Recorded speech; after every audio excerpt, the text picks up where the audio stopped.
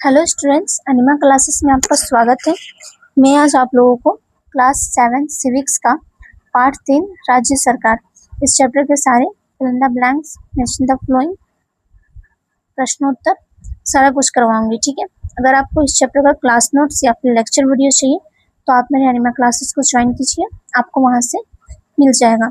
इसके साथ साथ क्लास 6 से लेकर 12 तक के स्टूडेंट्स को मैं बता देती हूँ कि आपको हर एक सब्जेक्ट का, चाहे वो हिंदी हो, इंग्लिश हो, मैथ हो, सोशल साइंस हो या फिर साइंस हो, हर एक सब्जेक्ट का, हर एक चैप्टर का आपको नोट्स वीडियो, लेक्चर वीडियो और इसके साथ साथ प्रश्नोत्तर वीडियो आपको अनिमा क्लासेस में मिल जाएगा। और तो और क्लास 8 से लेकर 12 तक के स्टूडेंट्स के लिए स्पेशली हर एक सब्जेक्ट का, हर एक चैप्टर का आपको चैप्टर वाइज एमसीक्यूज और पीवाईक्यूज भी अवेलेबल कराया गया है, यानी कि मल्टीपल चॉइस क्वेश्चंस और प्रीवियस ईयर क्वेश्चंस भी आपको अनिमा क्लासेस में अवेलेबल कराया गया है। तो आप लोग जरूर से जरूर अनिमा क्लासेस को सब्सक्राइब कर लीजिए ताकि आप लोगों का कोई भी डाउट्स ना रहे, और तो और आप लोगों का जो एग्ज़ाम का प्रिपरेशन है वो अच्छी तरीके से हो पाए, ताकि आप लोग ज़्यादा से ज़्यादा मार्क्स को गेन कर पाए। ठीक है, तो सब्सक्राइब कर लीजिएगा। तो चलिए वीडियो को स्टार्ट करती हूँ। पहला प्रश्न है, भारत के देश राज्यों में विधान परिषद है? उत्तर हो जाएगा 7। दूसरा प्रश्न है, विधानमंडल देश एवं देश राज्य से मिलकर बनता है? उत्तर हो जाएगा राज्यपाल एवं राज्य। तीसरा प्रश्न है, विधानमंडल विधानसभा का कार्यकाल देश वर्ष का होता है? उत्तर हो जाएगा 5। चौथा प्रश्न है, झारखंड में देश विधानमंडल है?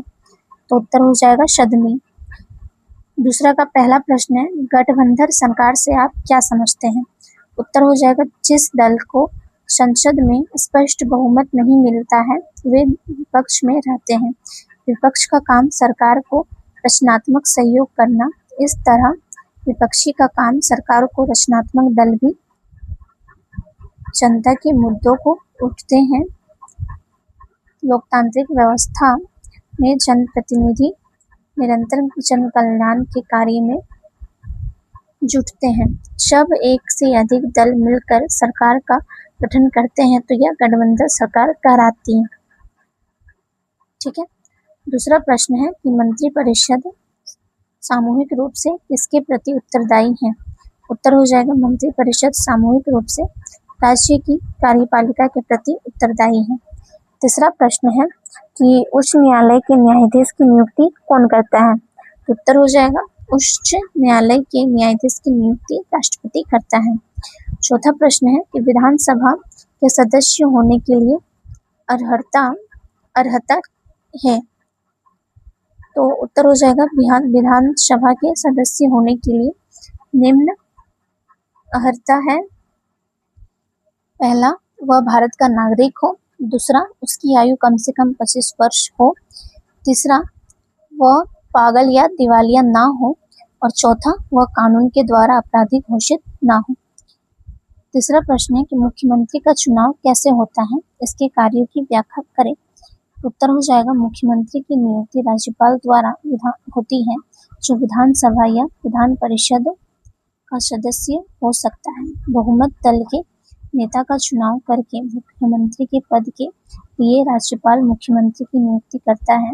वह राज्य विधानसभा या विधान परिषद की सदस्यता नहीं होने पर भी किसी व्यक्ति की नियुक्ति मुख्यमंत्री के पद पर हो सकती है, लेकिन उसे पद ग्रहण के 6 माह के अंदर राज्य विधानमंडल की किसी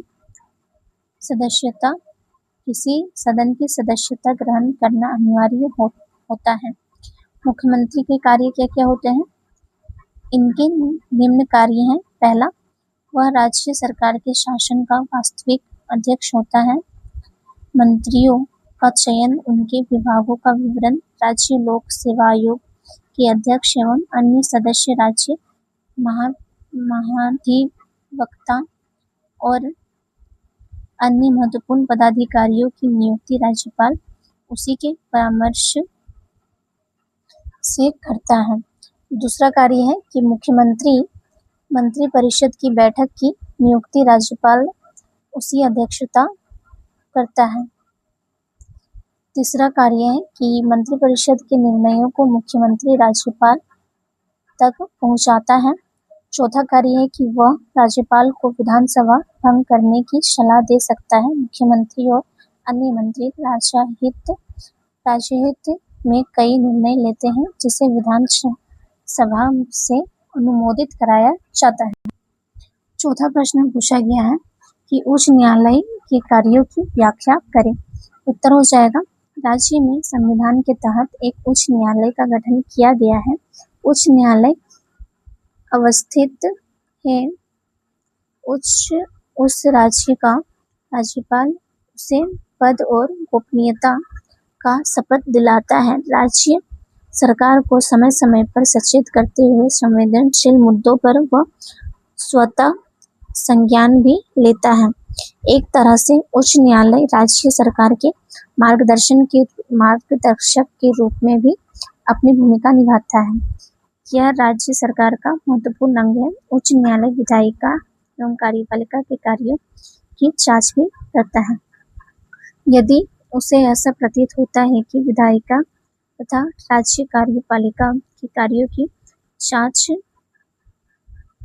भी करता है, यदि उसे अवैध घोषित कर देता है, यदि उसे ऐसा प्रतीत होता है कि विधायिका तथा राज्य कार्यपालिका का कोई कार्य संविधान के प्रावधानों के अनुरूप नहीं है, तो ऐसी परिस्थिति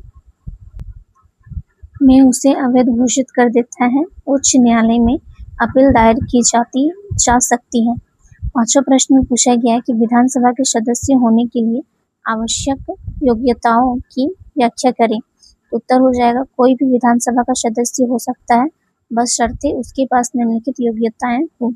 पहला, वह भारत का नागरिक हो। दूसरा, उसकी आयु कम से कम 25 वर्ष हो। तीसरा, वह पागल या दिवालिया ना हो। और चौथा, वह कानून के द्वारा आपराधिक घोषित ना हो।